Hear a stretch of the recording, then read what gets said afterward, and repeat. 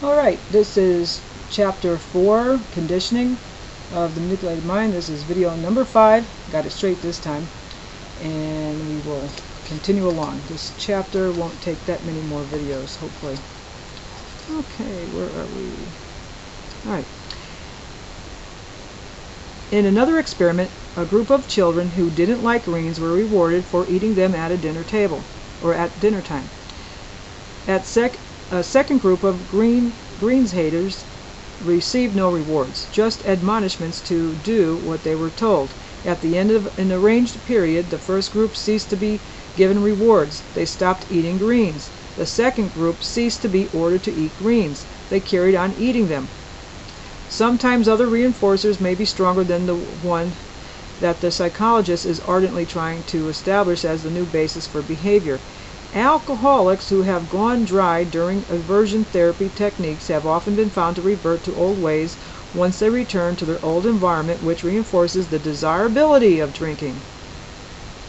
Similarly, incentive schemes may not work if the reinforcement of money for working harder is less powerful than an existing reinforcement for not speeding up production. At the Western Electric Company near Chicago, 14 men were engaged in attaching wires to switches for telephone equipment. Although the more units each man completed, the more he was paid. They never turned out more than a set number per day, which was lower than the amount it was known to be possible to complete. Elton Mayo, the psychologist called in to investigate and suggest improvements for productivity, discovered that the men operated according to a group-determined norm of what constituted a fair day's work. If any one man exceeded the accepted quota, he was likely to incur the censure and suspicion of his workmates. The avoidance of such unwelcome social pressure was a more powerful reinforcer for maintaining existing productivity than was money for increasing it. Deliberate attempts to alter behavior by simple conditioning are obviously doomed to fail if more complex or deep-rooted human needs and drives are not taken into account. Conditioning that is unconscious, however, is impossible to break if it remains unconscious. Once it is, or rather if it is, made conscious, entrenched responses or attitudes may still be difficult to alter. They may be rejected on an intellectual level, but still retain a strong hold emotionally. A good case in point arises from the women's movement, which has done much to question established perceptions of women's roles, to encourage escape from old habit patterns, and to explore largely unexplored female potential.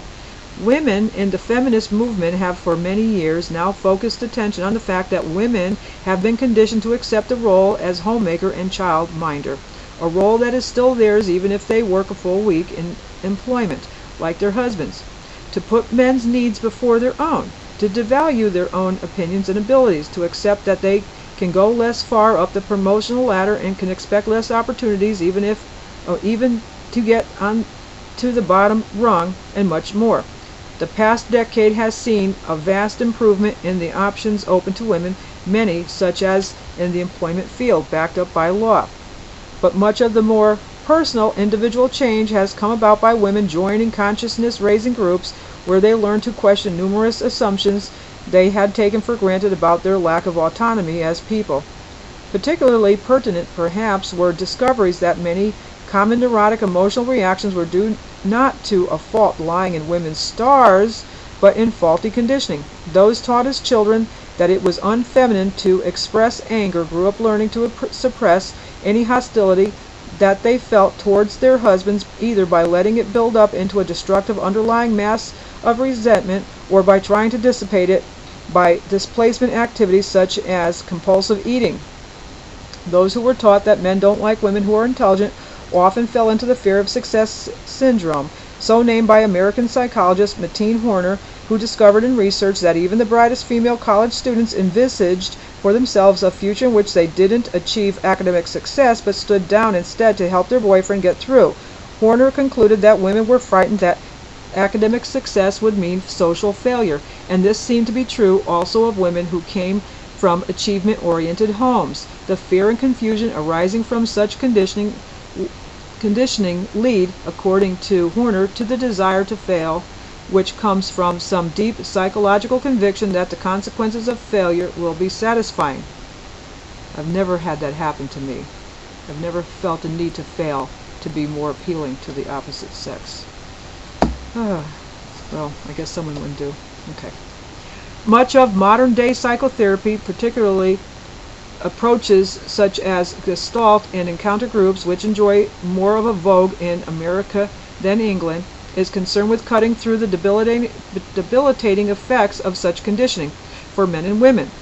An approach which has been particularly supported by women's movement groups is assertiveness training, effectively the art of not feeling guilty, developed by Andrew Salter in 1949.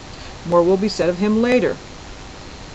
Women who have been conditioned to be passive and to deny their own feelings have been taught by this role-playing method that they do have the right to say no, particularly in the sexual arena, where countless women have gone along with the belief that what the man wants is what the man gets. Unconscious conditioning clearly has the power to shape personalities and change lives.